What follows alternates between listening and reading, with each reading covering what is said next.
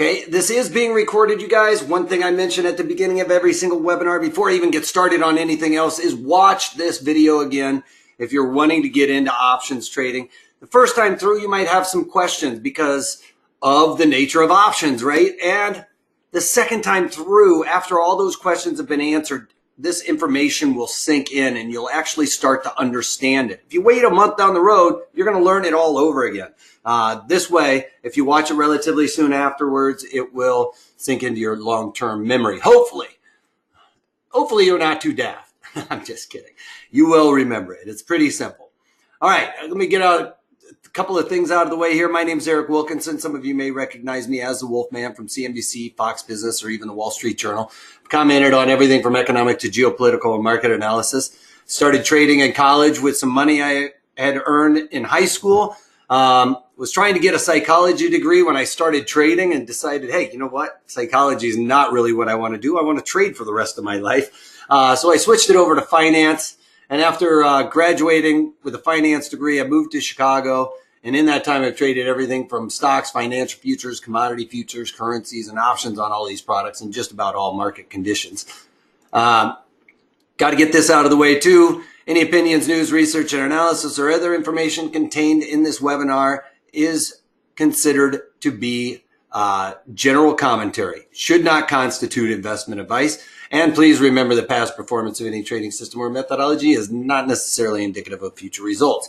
All right, y'all can follow me on Wolfman's blog, Twitter, and our parent company at ProTraderStrat. I usually tweet something out daily. And during earnings season, when I put on an earnings trade, I throw those out onto Twitter also because my early morning daily market commentaries won't have that information in there. Okay, now we've talked about this before, right? So how we're doing this course setup is earlier on in the course, we were coming up with just a bullish assumption where we thought the market was just going to trend higher. We didn't care where it was going to go to. But that's a little bit different. Now we're getting to a place where we are bullish, but we are a little bit worried about the market kind of going sideways or maybe our directional assumption being wrong. We're ultimately bullish to neutral, not as wildly bullish as like a 45-degree angle, right? We are just kind of thinking this thing's going to kind of trudge and maybe do one of those things, right? We're not super wildly bullish. So our market assumption in this is going to be neutral to bullish, all right? But the bullish, we're starting to lean towards worrying about that, all right? We're starting to not be as wildly bullish as we once were for a given underlying. So if we are wildly bullish, then we're going to look at those other ones that I did earlier on in the webinar series. Now we're going to be starting talking about where our market directional assumption is bullish, but we're a little bit worried about that upside, okay? So once we've come up with our directional assumption where we're bullish, we're leaning towards neutrality, but ultimately in the long run, we believe it will go higher. So we are ultimately bullish. We come up with the ratio call spread because, you know, a long call spread, we'd be bullish and not worry about it if it blasts through the upper end of our call spread. We're going to add a little bit more risk to this strategy to the upside, but while doing that, adding a little bit more risk to the upside, we are going to eliminate our risk to the downside by building this spread out as a ratio call spread rather than a call spread, right? A call spread, if we look at a call spread, this is how we would write a call spread on the floor. Basically, we're buying an at-the-money call, and then we're going to sell an out-of-the-money call, right? So that's just a call spread. We're going to sell one more out-of-the-money call in here, and this call right here is going to help finance the entire width of this spread, right? One call is going to do half the spread. The other call is going to cover the entire length of it. The beauty in that is we are going to increase our break even to the upside. So by doing this, we increase our break even on the upside. And we get rid of any downside risk. Okay. So the downside on this is going to be taken out of the equation. And this is considered a front ratio spread. A back ratio spread would be as if I would buy two at the money calls and then sell one out of the money call. All right. So that would be the back ratio spread, where you're buying two calls and selling one. All right. And remind me, you guys, this is not IRA appropriate for the way, or by the way we set it up over here. So I don't know why you don't want to erase it for me. So this, the way we have it, is not IRA appropriate because of this short call that we have. This one right here, get my pen back, is the one that we're concerned about, right? That's the one that is going to make this not IRA appropriate. The thing we would do is just build it out similar to a broken wing butterfly, and we would come out and buy an out of the money call with like a 5 delta. Okay, so that's makes it appropriate for our regulators. They're the ones really making this rule. So remind me though, when we pull this up on the trading platform, how to make this for an IRA appropriate. Okay. All right, so let's stick with the front ratio spread. We're going to be buying one out of the money, but this out of the money is very close to being really at the money. It might be one strike out of the money, but for all intents and purposes, we're going to be picking the ones that are closest to the at the money. And then we're going to skip out and sell two further out of the money calls, right? We kind of talked about that. But with this one, the beauty is with these out of the money calls right here, this is going to bring our break even, our break even out to a 1 standard deviation move. So that is very nice. If you guys watched any of my videos, you guys know that I talk about 1 standard deviation all the time. And that basically is our bell curve, right? If you've learned on, in school, you have your bell curve and basically a 1 standard deviation move. So if this is the put side and this is the call side, our break even is going to be out here.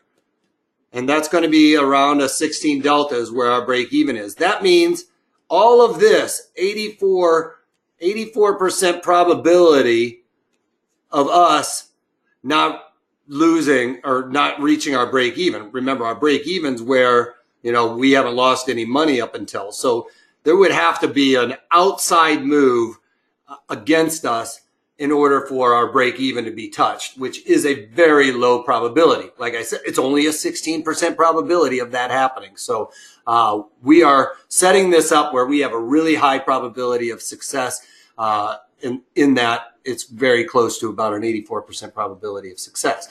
Won't this be margin heavy with the extra short call? It will be a little bit more margin heavy with the short call. And when I talked about setting this up with an IRA, to be appropriate for an IRA, that one call we're buying to make it appropriate isn't probably going to limit your margin requirement on this strategy, because it's going to be even further outside of where they make you hold that margin till. All right. So know that it is going to be a little bit more margin intensive for this strategy, but I'm willing to give that up for this high of a probability of success. All right, 16% probability on each side, Marcus is saying. If we had to worry about this side, because this 1 standard deviation to the downside is a put, yeah, we would. But we're going to build this strategy out that if the market goes down, we have 0 risk. All right, we have 0 risk to the downside. If we put this strategy on and it goes straight down, then we have no risk. So we don't have to worry about this probability on this side. All we have to worry about is the probability outside of our break even. And that is only a 16% chance. That means there's an 84% chance that we're going to land somewhere outside of that area. Does that make sense, Marcus? You're right. The standard deviation on both sides, but we only have to worry about one side with this strategy. Okay. Cool. And one thing to stay away from, you guys, stocks under $50 are very difficult to build this strategy out according to my rules. Just as a side note, yes, it can be done, especially when there's extreme volatility in that underlying. We'll be able to do it, but I'll show you some examples of why it makes it very difficult to put it on for the reward.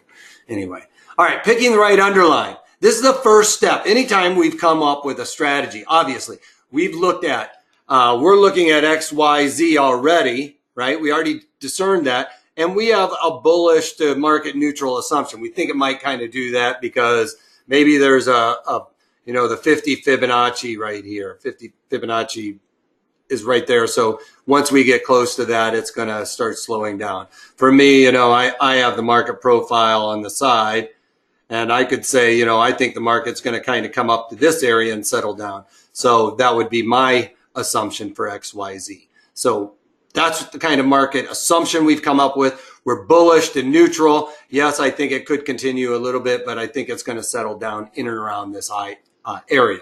But when we're trying to pick up the right underlying, I need to pull up the platform. We go to the option montage and pull. This is the option montage right here. It's got all of our important information. So I'm going to go to the spot where I see the most time and volume being spent, okay? And the most time and volume being spent, let me pull up my other little nifty thing here. So the most time and volume is usually spent right around this 36 days to expiration, all right?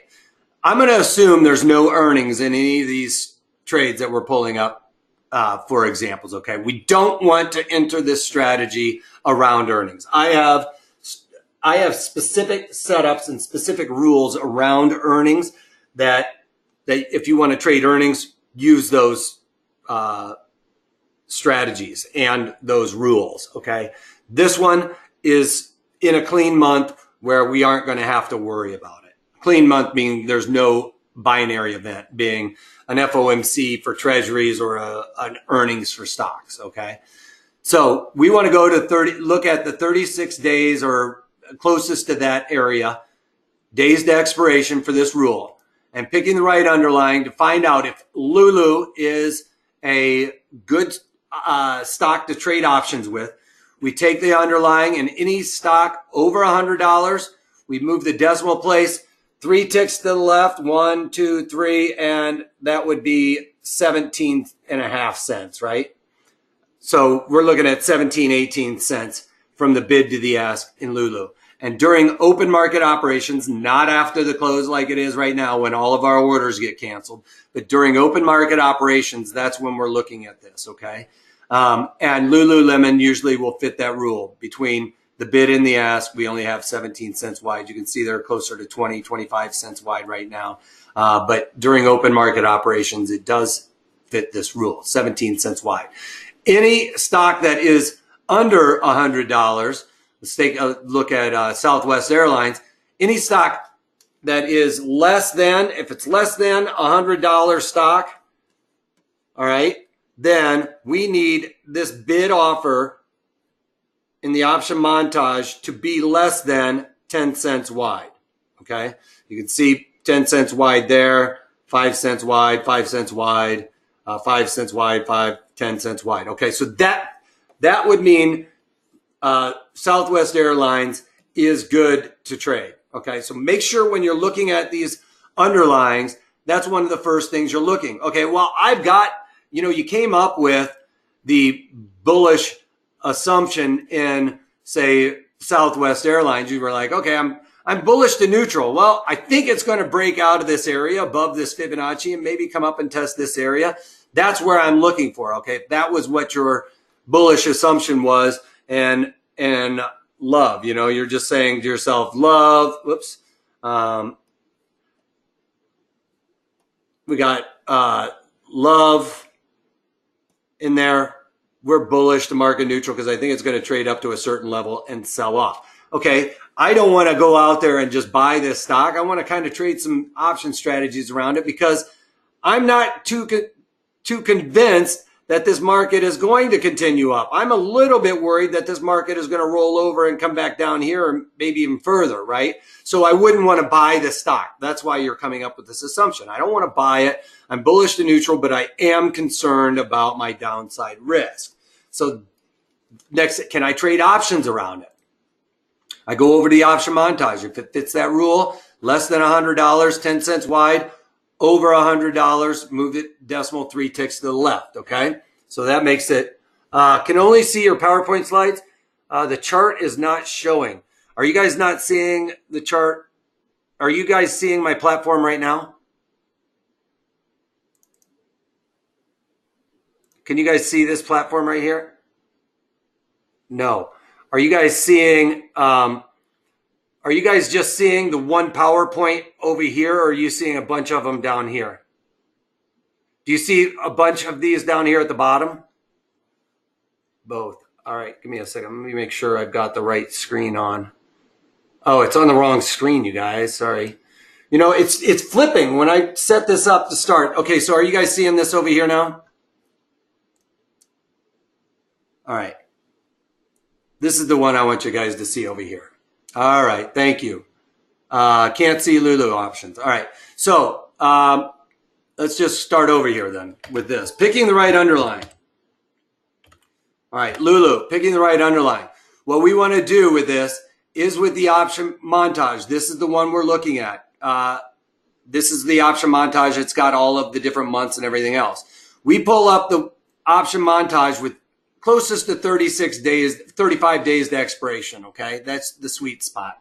So 35 days to expiration is where we want to look. You know, if it was 30 days, we would want to go look at that one, right? It's where the most time and volume is being spent.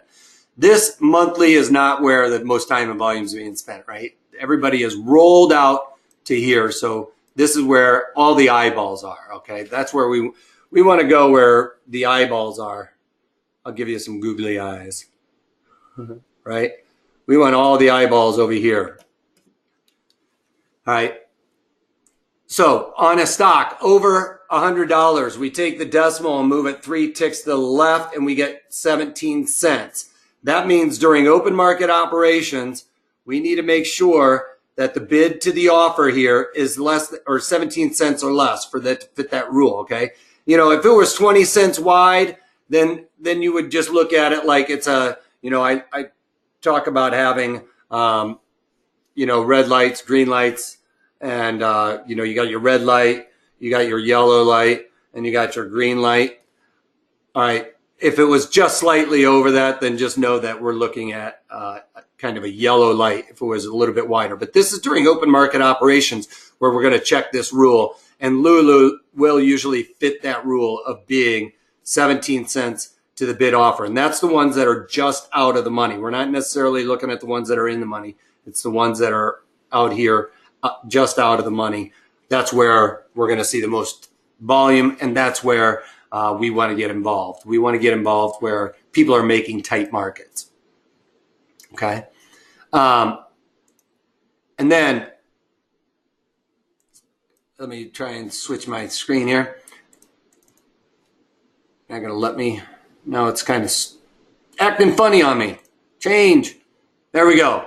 Picking the right environment. All right. The right environment with this, I've already mentioned it a little bit. We need high implied volatility, okay? Because this is important. And we don't want to do it around earnings, like I said. So we're looking at Lululemon. And we need high implied volatility percent, where we have high volatility. On this chart, you can see Lulu's got pretty high volatility right now compared to where it's been in the past. And this chart down here at the bottom acts like a normal chart. Like we see normal charts where we have support and resistance. A resistance is going to be up here and a support's going to be down here, right? And there's some other ones in between here where we could kind of draw out where there's going to be some support and resistances, right? Well, what volatility does is it has extremes where we can see the extreme highs are usually maybe up in here, and then the extreme lows are going to find themselves, you know, right around here. Now, 20 may be high for some stocks and low for Lulu, apparently, and 60 could be an extreme high for some stocks, or never even see a 60 IV%, all right, or implied volatility. So what we're trying to do with this implied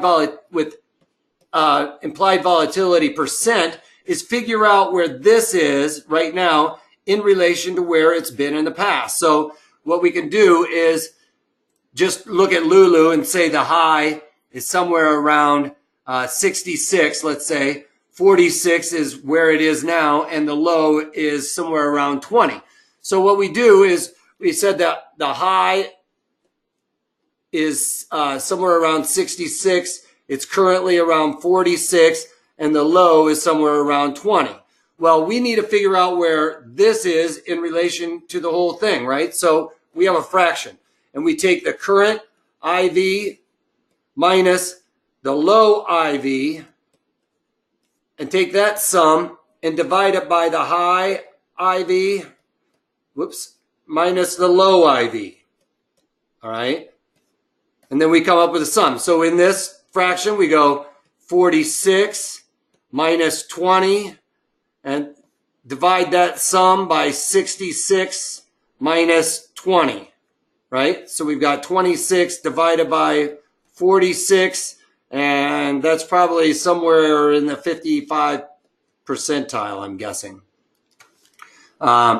So that would, that's how we come up with the implied volatility percent. Another way you can do it is cheat. If you have think or swim, it's right here, 57. So my rounding gave me a different number than what the actual number is. You punch in all the way out to the, 10,000th decimal, then, you come up with a more accurate representation of that. Okay, so we want that to be in the upper echelon of implied volatility. Why is that? Because as implied volatility cranks up, then we get more premium. We can look at Lulu. I'll look at Lulu as an example here in a minute. I want to move on real quick. The next thing we were going to look at is our duration, right? We're collecting a premium, and anytime you get a credit, anytime you're getting a credit for your strategy, you want that duration to be basically as close to 35 days to expiration as you can. And the reason why is we get a lot more theta decay inside 35 days than we do outside of 35 days. And we can take a look at this chart right here. And this is for the at the money calls and puts, right? We can see that right there. Excuse me. So not all strikes are created equally in the theta decay department, all right? But this gives you an idea that if we are outside of this 35 days to expiration, if we are outside of here, you can see this slope is much less dramatic than it is in here. So we want to get in here. Why? Because we collected a credit, and if we collected a $2 credit, right, we want that credit to go down. So when we buy it back, it's cheaper. So we want this theta component. Therefore, we want to get as close to 35 days to expiration as we can. So, if it lined up where you only had 45 days to expiration, or it was going to be, 20 days to expiration, you're going to go to the 45 days, okay? So as close to this as you can. I'm going to usually default, further out. So it gives me enough time to be right, and I get that theta. I don't want to get in here where it's already seen most of that theta component on this side, right? And all I have to take advantage of is that side. I want to take advantage of as much theta component as I can, right? So somewhere closest to 35 days to expiration is the type of duration we're looking for. Because we're collecting a credit, we want that credit to go down, all right? All right. And picking the right strikes. This is going to be important. The reason why this is important, because when we're building this out, if we're going to add more risk, remember we're buying an at the money call, right? and then we're selling an out of the money call. If we're adding this risk, this out of the money call, I need to be compensated for it, right? So when I build this out, I want to do it for at least a credit, all right? I don't want it, if it's a debit, remember I talked about red light, green light, yellow lights. If we're getting a debit, we're not going to do it, all right? We're out of it for a debit. The reason why is because I added that extra short call, and I've added risk. I need to be compensated for it. And that means eliminating all, we want to get rid of our downside. All right, sorry about that. I ran out of room. All right, so if we're going to add that risk to the upside, we want to eliminate our downside with this strategy, okay? Why would you not want to sell at 7 days to expiration and buy back on the day of expiration? Looks like it could be better from looking at your theta decay graph. Well, yes, I will say when you come back here, you do have a lot of theta decay happening, in close, right? We have all this theta decay happening inside of this 7 days is what Terry is saying. Why not put it on right here? Well, there's something I didn't talk about, and that is gamma, all right? And this gamma is going to hurt you if the market is fluctuating. Remember, we're doing an at the money strike, and this gamma goes with delta. That's an easy way to remember gamma. Gamma goes with delta, meaning gamma starts adding on to delta the more this underlying moves, all right? And the closer to expiration, gamma really gets jacked up, okay? Gamma is a little bit smaller out here in time, but inside of here, gamma gets huge, all right? So I want to stay away from this because gamma can make me go from a winning trade in a matter of minutes to a losing trade in this strategy, okay? I teach how to trade gamma and do that, and I wouldn't necessarily set this strategy up for that type of gamma trade right here, all right? I want to get out here. I want the theta component, but I also want to be able to get further away from where XYZ is trading. And inside of this 7 days, I'm probably not going to be able to build this out for a credit. And I'm going to, what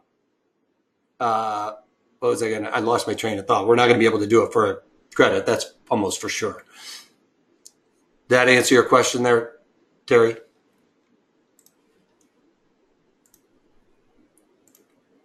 All right. So picking the right strikes. I mentioned this, $50 or 50.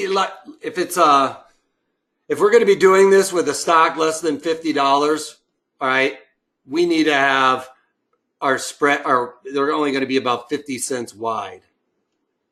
All right. And if we're looking at somewhere between a $50 and $100 stock, then these are probably going to be $1 wide, our legs. Right. And if it's greater than $100, then we're probably going to be doing somewhere, it's going to be $5 plus. Sometimes you're going to be able to get it to $10, okay, on just $100 stock. And this one would have much higher volatility than the ones where they're at $5. So if you're seeing $10 wide, you're in the right environment on a $100 stock. Okay, so picking the right strikes. Ultimately, what I want to come away with this, we want to do it for a scratch or at least do it for a credit, all right? We want a credit. So when we're building out the strikes, we need to build it out for a credit. And when I'm looking at that, we'll pull this platform up real quick. I'm not going to talk about the exit strategy real quick, but a couple of other things that I want to say. Lulu, we were talking about that. Let's just go straight to a Lulu example. I'm going to say 17 cents wide during open market operations. You can see these even got wider since I think we talked the last time. There's more orders canceling. All right, so at the money or just out of the money. I like to go just out of the money. So I'm going to buy this one here. And then I'm going to look at this debit I paid, And I just have to look out here and see, you know, if I sell it twice, where can I get? Well, I can get out to the 190s. So I'm going to sell that one twice. Go back and try and buy that. I think I'm losing battery power because my keyboard's not working so great. So we get this down to a 1 by 2, right? So we bought 1 at the money, sold 2 just out of the money. Now, that 90 strike is a 32 delta. That isn't where I'm talking about where our break even is. Our break even is much higher than this. It's actually, our break even on this strategy is around 200. And if you guys remember when I was talking about that standard deviation curve, we were talking about the standard deviations kind of go like this, and this is a 16 delta. Well, we're just slightly inside of that. It's pretty close to the 1 standard deviation move, because on this particular example, we're looking at the 19 deltas where our break even is. All right. So it is very close to a 1 standard deviation move, just by a couple of percentage points. And sometimes you'll be able to get outside of that. This one's just not giving us any love, but we are getting it for a credit. Now, we're looking at $176 stock, right? We've got that. We looked at Lulu's chart, and it's got high implied volatility. We came up with its IV percent is above 50. Now, we can go over here and look at another one where it's very close to, we can look at Honeywell and see that Honeywell is very close to that $176, right?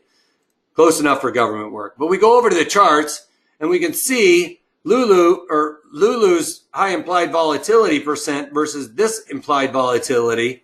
This implied volatility is really low. And if I were to go and try to build this strategy, even look at the premiums right now. If I was $5 higher on the Lulu trade, this one, I'm $5 higher, but with the volatility as low as it is, I can't even build this strategy out for a $5 wide. It's not going to work because implied volatility is too low, right? So it's too low. It's not going to work. I'm doing it for a debit. I've increased my risk to the upside, and I still have risk just to the downside. So almost immediately, I'm feeling the risk with this strategy.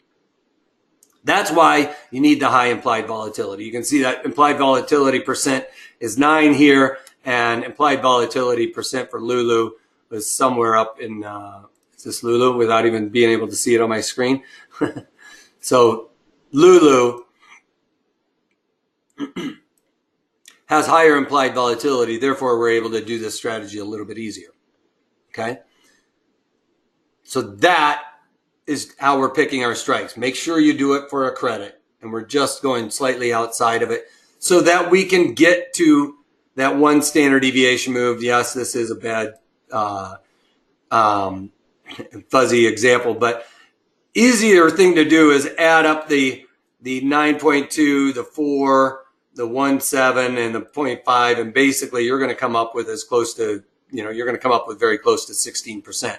And then everything else outside of here is going to add up to the other 84%, is what I was trying to get with this example here, is showing you that that's on a standard deviation chart. That 1 standard deviation is very close to the 16%. All right, knowing our exit strategy before entering this trade, we need to go through and check this stuff all off as we go, right? I don't want that. All right, you don't want to give me my other pen. So obviously, when we're setting up this strategy, I have all these rules, follow them. Okay, it's the right underlying. We got high implied volatility. 35 days to expiration is the options I'm looking at. All right, picking the right strikes. I've got a credit. I've got all that taken care of. Now know your exit strategy before entering the trade. We are looking to get out. We're out at 30. If you are a low risk tolerance person or are just getting into option strategies, get out at a 30% of max profit. All right. So I'll show you how to figure out that pricing. If you have a higher risk tolerance, closer to me, our out is at 50%, okay, of the max profit. That's where we're getting out. 30 to 50% of our max profit, depending on your risk tolerance. All right. So what is our max profit? Well, it's the width of the spread plus the credit. So we talked about that one in the Lulu. We were looking at strikes that were, I think it was just offhand, they were the June 180 calls and the 190 calls, right? So it's the width of the spread. It's $10 wide, and I think I was collecting 63 cents for it, let's just say. So it's $10 wide, and I collected 63 cents. My max profit on this is $10.63. That's if we nailed the 190 strike. You know, if we nailed this 190 calls, the market basically was at 189.99 at expiration. That means you took it all the way to the end of the day, that last 7 days that Terry was talking about. I want to stay away from that 7 days to expiration and all of that jazz. I'm looking at going 30 to 50% of my max profit, right? That's what I talked about. So 30 to 50%, you know, if I was looking at 30% of this, I'm probably looking at basically $3.50, just doing math in my head. And 50% of max profit is a little bit easier, $5.31. Okay, so when our strategy reaches these levels, you can put in an order to exit at that right away so that you can stay mechanical. I always teach stay mechanical. Yes, you can put this in as an exit at $3.50 or $5.30, all right, after you enter this strategy. I write everything down on a piece of paper, why I got into it. I go through all of these steps and write it down in a notebook. I write what my underlying is, why I came up with my market assumption, what directional assumption I came up with and why. The environment that it was in, the duration, the strikes, and where my exit strategy was. And the reason why I write down the exit strategy is because you are more likely to follow through and be mechanical if you stay with that. If you write it down, if you write something down, you remember it for one, and two, you are going to stick with it. You're like, I set it up for that. I'm going to get out of that. If you have it in your head, you're going to play mind games with yourself, and you're going to talk yourself out of exiting this strategy. And more likely than not, that is going to come back to haunt you. So stay away from that. Write down all your information, what your exit strategy is as well. All right. Why you got into it, what the environment was, and when you are going to get out. All right.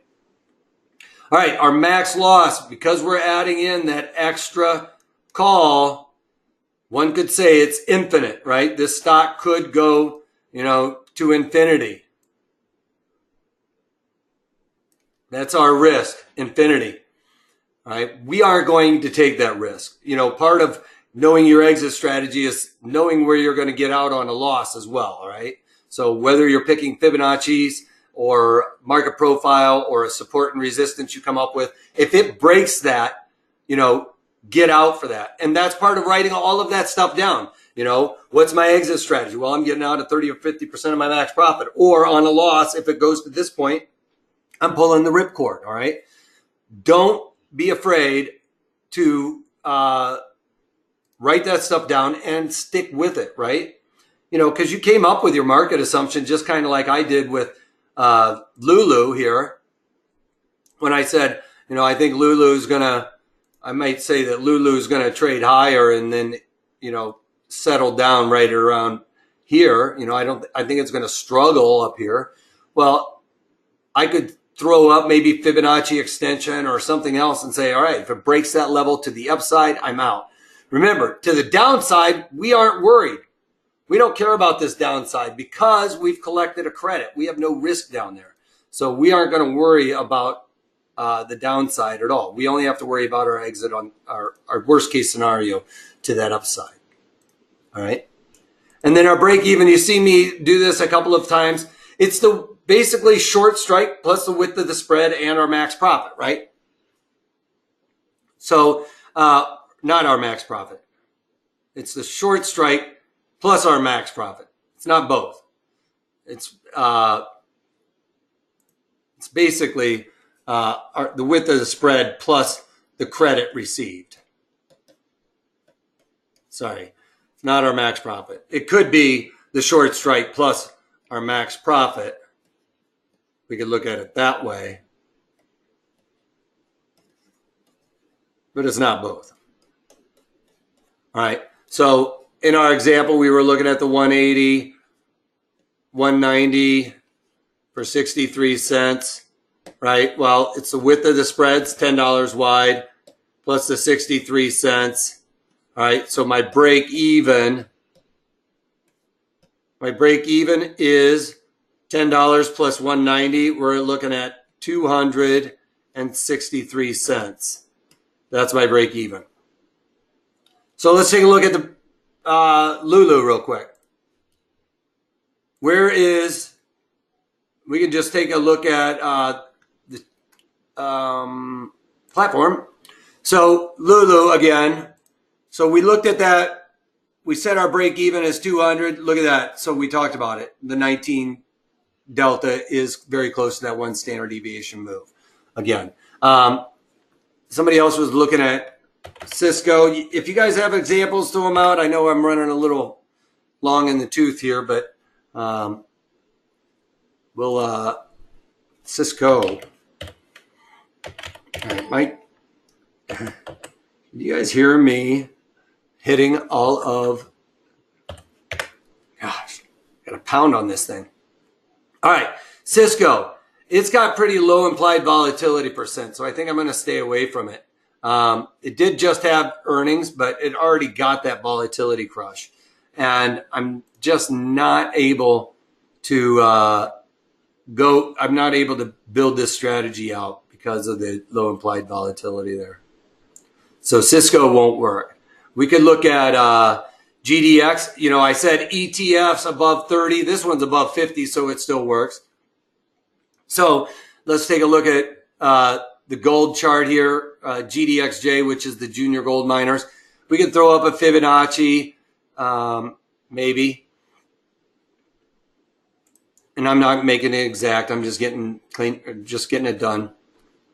So let's just say we're bullish in GDXJ. We thought maybe it's going to break through this resistance and go to $31 or something. I don't know. So we think it's going to rally to 30, 31, somewhere around there. So I'm going to buy this one, sell two of these. You know, you could go slightly further out. If you thought it was going to go to the 31, you could go a little further out even. I'm still collecting a credit. I've got the 30, 31. We can go do this and check it out on the Analyze tab as well. Get down there to a 2. I probably should just punch it in at this point. I got a credit that fits. You know, GDXJ is an ETF, 28 cents. It's under $100. These need to be inside of 10 cents wide. They work. We've got high implied volatility. That works. We pick the right strikes because we got a credit. And then we go over and check it out on the Analyze tab. We can see we have no risk to the downside. We get to keep that credit. That's going to keep us 30, 31. Is that the one I was trying to do here? 30, 31. So let's go back to the Analyze. So no risk to the downside. And if we take, it's $1 wide, right? Plus an 8 cent credit. If we add that width of the spread plus the short call, we get $32.08. That should line up with this little red number, 32.08. Okay, so that's our break even to the upside. All right. So GDXJ, if you wanted to play it to the upside, but you were like, hey, I think it's going to go a little bit higher, but it really just can't go too much higher. And I am a little worried about the stock market going to all-time highs, which means that they're going to pull money out of gold, which will affect the gold miners. You know, that would be a scenario I come up with for GDXJ. Yeah, I think it's going to go higher. I think the gold, I'm a gold bug. I think it's going to go a little bit higher and pin at that 31 strike. That's ultimately where I think it's going to go. So, but I'm worried that the stock market takes a run for the all-time highs, which means people are going to pull money out of gold. I don't want to lose money to the downside. Well, this is the strategy for that, right? So come up with your assumption, why you want it to, where you want it to go through, pick your targets, and then decide on the strategy that fits the correct rules in and around that underlying. Right? 1 by 2. So make sure you get a credit. Right? Anybody else have any other questions?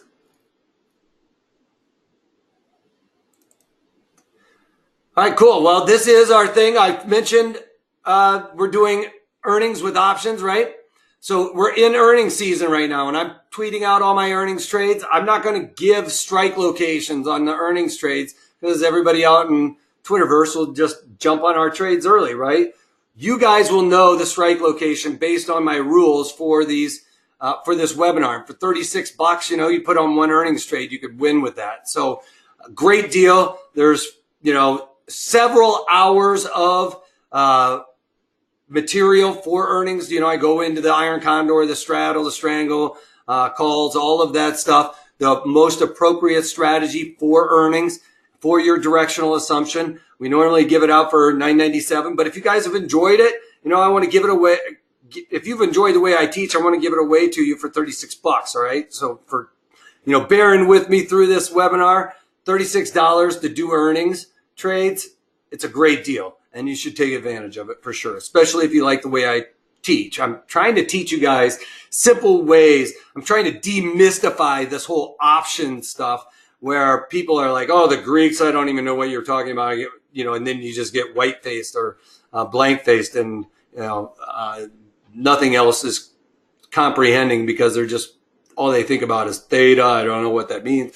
But I try and give you guys easy ways to remember the strategy, what the probabilities are, and all of that stuff. So if you've enjoyed it, take advantage of this. I mean, if you like trading earnings, you know, they are some of the higher risk trades, but they are some of the highest probability strategies also. And I explain how all of that works out in those webinars as well. So if you liked it, like I said, take advantage of it. Appreciate it. Ahead. Oh, it's in the chat window. I put the actual link. This link will be good for if you're watching this on tape delay, but you'll have to pause the video and punch this in to your URL. But in the chat window, you guys can easily click on that. So what do you say? Go ahead and click on that link and I'll get you guys all set up. Finally, I just want to say thank you. In later webinars, I'm going to be drilling down on different option components, trades I find, when and where I find those appropriate. Here's also that same link. Again, it is not a hot link. This is one that you're going to have to pause and punch into your URL. And if you guys have any questions, reach out to us at 310-598-6677 or email us at trading@protraderstrategies.com. Terry, I see you over there. I'll get to you in a second. Let me just finish this all up and get everybody taken care of. So, trading options around earnings, one of my favorite things to do. And for $36, it's all yours. All right. So this would be a good strategy on a stock after a strong breakout, which spiked in IB and the option prices is higher. Yes. All of those things. Yes. But now looks like the stock is pausing before the next move up. Yes, Terry. Exactly. You've looked at a market where the underlying is kind of gone up like this, and you're like, whatever this level is, I don't know if it's a Fibonacci, I don't know if it's an all-time high, I don't know if it's the point of control, whatever your assumption is. Yes, you said it's made a big move. I think it's going to settle down here and pause, and then maybe resume to the upside. But this upside, you know, I'm worried about, but, you know, I'm also thinking that, you know, this has had such a parabolic move and we're settling down here that if while I'm taking advantage of my theta, you know, my time decay, it might roll over where those longs start to cover. And then I'm worried about that downside, right? Well, I build this strategy out so I have no risk down here. There's no money at risk on the downside. I get to keep that credit from the original trade. All right. Is that good then, Terry?